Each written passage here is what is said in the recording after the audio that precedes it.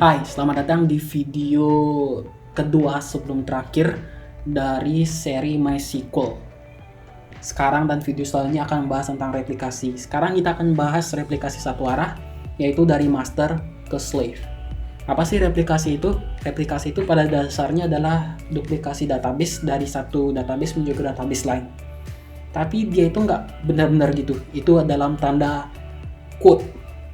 Dia itu not quite sync. Jadi apa yang aku maksud dengan not quite sync ini? Jadi misalkan kalian sudah memiliki database master.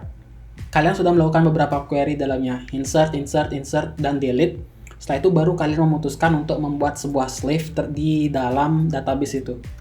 Jadi slave ini baru akan mulai dari sini. Barulah dia mendengarkan semua yang ada di master, yaitu dia akan melakukan update, melakukan insert, dan melakukan delete, dan dia akan mengikutinya. Jadi dia itu nggak benar-benar sinkronisasi, dia itu lebih ke mendengarkan perubahan. Jadi gimana caranya dia itu melakukan mendengarkan perubahan ini? Caranya dia itu adalah dengan mendengarkan log yang dibuat oleh master. Jadi nanti kita akan melakukan konfigurasi agar si master ini membuat log di dalam my.ini. Tapi sebelum itu kita akan mendengarkan terminologinya dulu. Pertama itu adalah master. Master itu adalah sumber dari data. Setelah itu ada slave. Slave itu adalah penerima dari data yang mendengarkan. Ada juga log. Log itu adalah catatan. Lalu IP address itu adalah alamat internet dari komputer yang kita gunakan sebagai server MySQL. Di sini aku akan pergunakan 3 komputer, 2 komputer sebagai master dan slave, dan 1 komputer tempat aku melakukan perekaman ini. Aku akan pergunakan Windows di keduanya ini dan melakukan perekaman di macOS. Di master itu IP address-nya adalah di 1.2 dan slave itu adalah di 1.7. Itu kita bisa cek dengan membuka, misalkan di sini aku akan menggunakan PowerShell. Itu bisa kita cek dengan membuka ipconfig 1.2 dan ini adalah kita perlu cek karena aku menggunakan DHCP ipconfig juga. Ini adalah 1.7.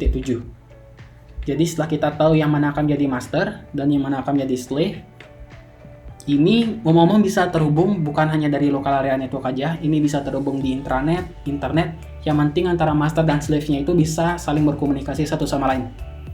Soalnya langkah pertama yang perlu kita lakukan itu adalah melakukan konfigurasi terhadap file my.ini. Pertama kita akan melakukan terhadap master. Ini kita akan buka XAMPP, kita matikan, kita buka ini. Pertama yang perlu kita lakukan itu adalah mengeset server ID, itu yang paling penting. Server ID-nya itu adalah 1, ini adalah default-nya dia. Server ID itu adalah identifier, dia itu adalah quote-unquote primary key dari server kita. Jadi antara satu server dan satu server lain itu harus bisa dikenali dengan pergunakan server ID ini. Mereka itu tidak boleh sama. Aku mempergunakan 1 di master. Selanjutnya kita perlu menggunakan logbin, MySQL bin. Ini banyak kita perlu lakukan di master. Lalu kita juga perlu menguncomment. Oke, nggak ada. Kita perlu membuatnya manual di dalam section MySQL B.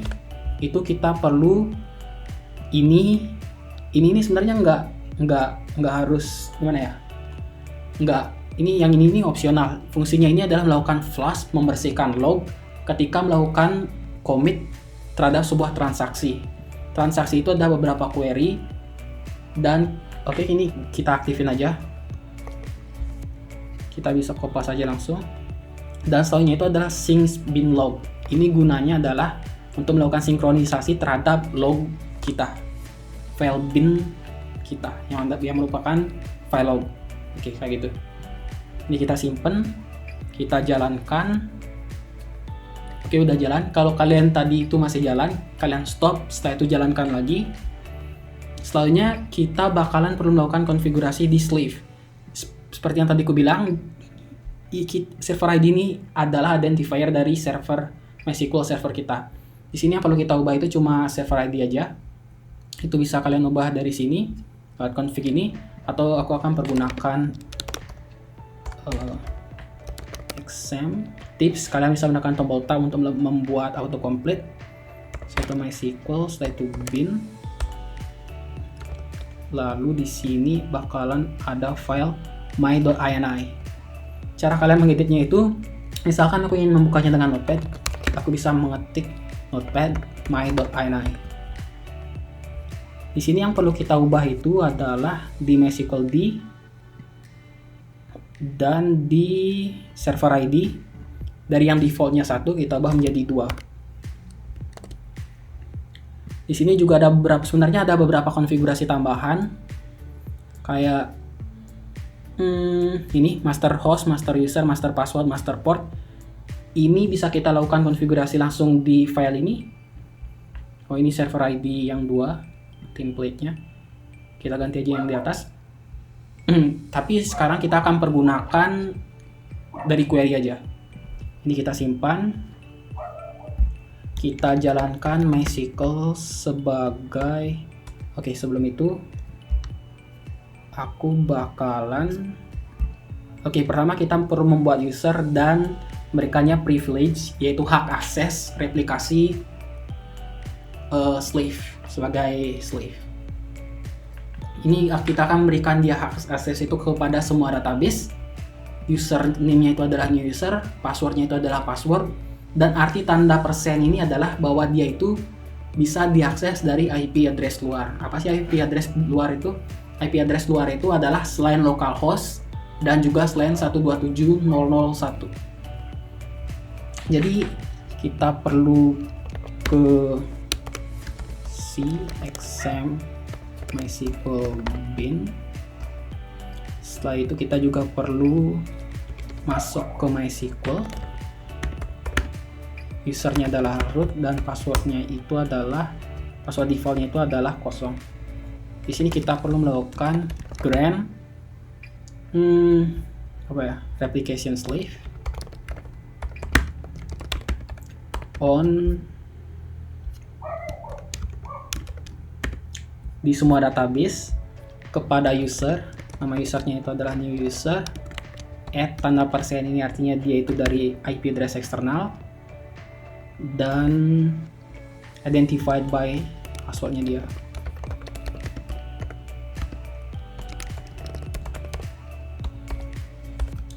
Ini aku mempergunakan satu query untuk melakukan 2 hal.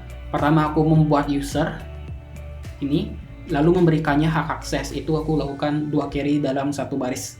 Itu kalian bisa membuat manualnya dengan ini, baru kalian berikan hak akses, tapi aku lakukan dalam 1 kali aja. Kita perlu melakukan flash privilege. Itu gunanya typo flash privilege. Flash privilege itu gunanya untuk gimana ya? Untuk merefresh hak akses yang diketahui oleh MySQL. Ini kita udah semua. Soalnya kita perlu mengecek master status. Di sini kita akan melihat beberapa data, ada filenya dia, posisinya dia, dan keduanya ini bakalan kita perlukan sebagai konfigurasi di slave. Untuk itu kita perlu ini, query yang panjang ini yang tadi ada di my.ini itu, tapi kita akan men-setnya mempergunakan query aja. Jadi kalian perlu kita login menuju MySQL. Can connect to localhost -u root. Kalau kalian menemukan masalah seperti itu, artinya MySQL kalian belum jalan.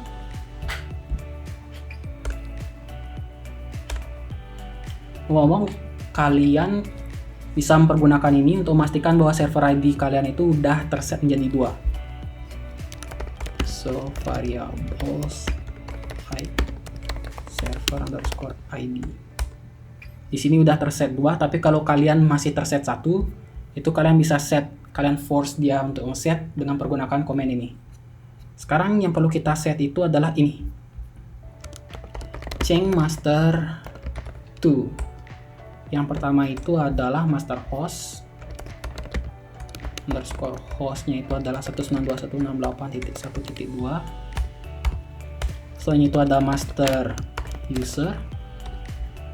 Master user yang kita pakai itu adalah new user. Ini adalah user yang kita buat tadi. Ada master password. Passwordnya itu adalah password.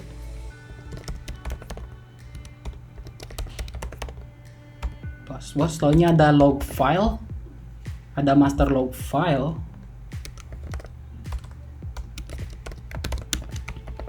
Master log file itu adalah yang hasil dari show master status tadi. So itu adalah ini kita bisa melakukan copy paste atau 1 2 3 4 5 mysql bin.12345 mysql bin titik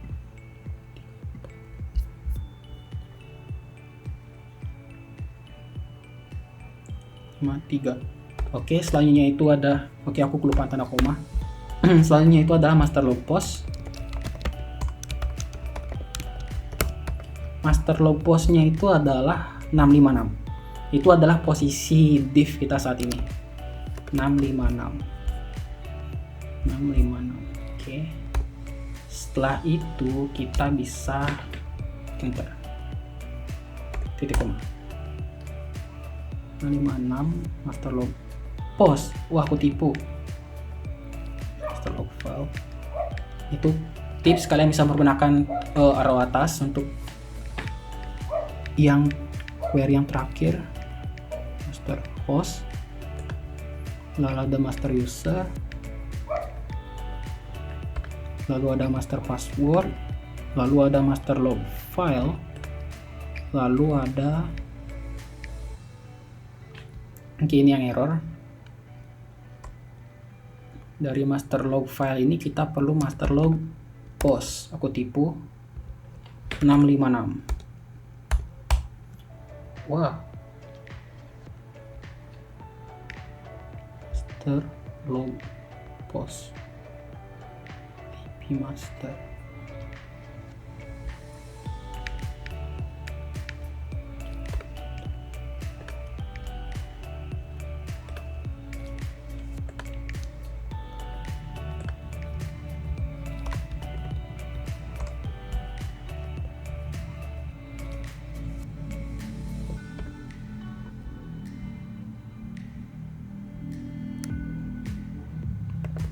Oh, jika kalian mendapatkan error seperti ini, itu artinya sleeve kalian sedang berjalan.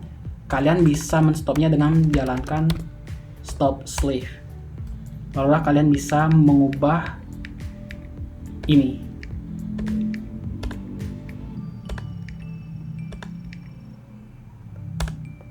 Setelah kalian mengubah ini, kalian barulah jalankan sleeve kalian. Setelah kalian jalankan, kalian bisa mengecek show slave status. Oke, aku lupa. Itu supaya dia terformat, kita bisa mempergunakan \G. Itu slave has read all delay log waiting for the slave IO thread to update it. Oke, kita bakalan mencoba melakukan kita show database. Kita bakalan menuju ke sini. Kita lihat database-nya. BD test. Oke, sekarang kita buat sebuah database baru. Misalkan namanya itu adalah DB data atau apalah. Create database DB data. Oke, sekarang kalau kita cek lagi di sini, jika DB data itu udah ada, artinya sleeve kalian itu sudah melakukan replikasi. Sekarang gimana kalau kita gunakan DB data itu, kita create tabel integer primary key, lalu kita insert into entah 3. insert into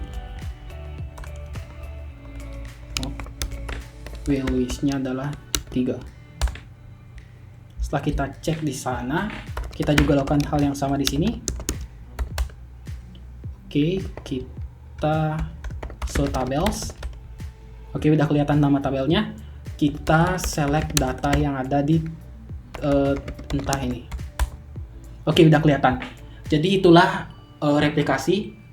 Jadi bagian tersulit dari replikasi ini adalah bagaimana memastikan antara server satu dan server kedua kalian itu bisa saling berkomunikasi satu sama lain. Pastikan bahwa mereka itu bisa saling nge-ping satu sama lain. Itu yang paling utama. Kedua, kadang-kadang file konfigurasi kalian my.ini kalau di Windows, my.cnf kalau di Mac ataupun di Linux itu bisa aja nggak ada. Kalau konfigurasinya itu nggak ada, itu bakalan susah. Kalian harus membuat konfigurasi kalian sendiri. Jadi begitulah. Itu adalah replikasi satu arah dari master menuju slave. Selanjutnya kita akan membuat replikasi dua arah. Tapi sebelum itu, tadi aku menjelaskan sebuah masalah di sini, yaitu ketika kita melakukan replikasi satu arah, dia itu hanya akan mendengarkan mulai dari titik kapan slave itu dimulai. Jadi seperti yang kalian lihat di sini ada 3 insert yang tidak diketahui oleh si slave ini. Artinya si slave ini ketinggalan 3 data. Bagaimana cara mengatasi itu? Caranya itu adalah pertama melakukan backup terhadap semua data yang ada di master. Kita ekspor semua filenya menjadi SQL. Setelah itu kita import di slave. Dengan begitu kita sudah memastikan bahwa antara master dan slave ini memiliki titik start yang sama. Dan dengan begitu aku ucapkan terima kasih dan sampai jumpa. Bye bye. Sampai jumpa di episode terakhir nanti.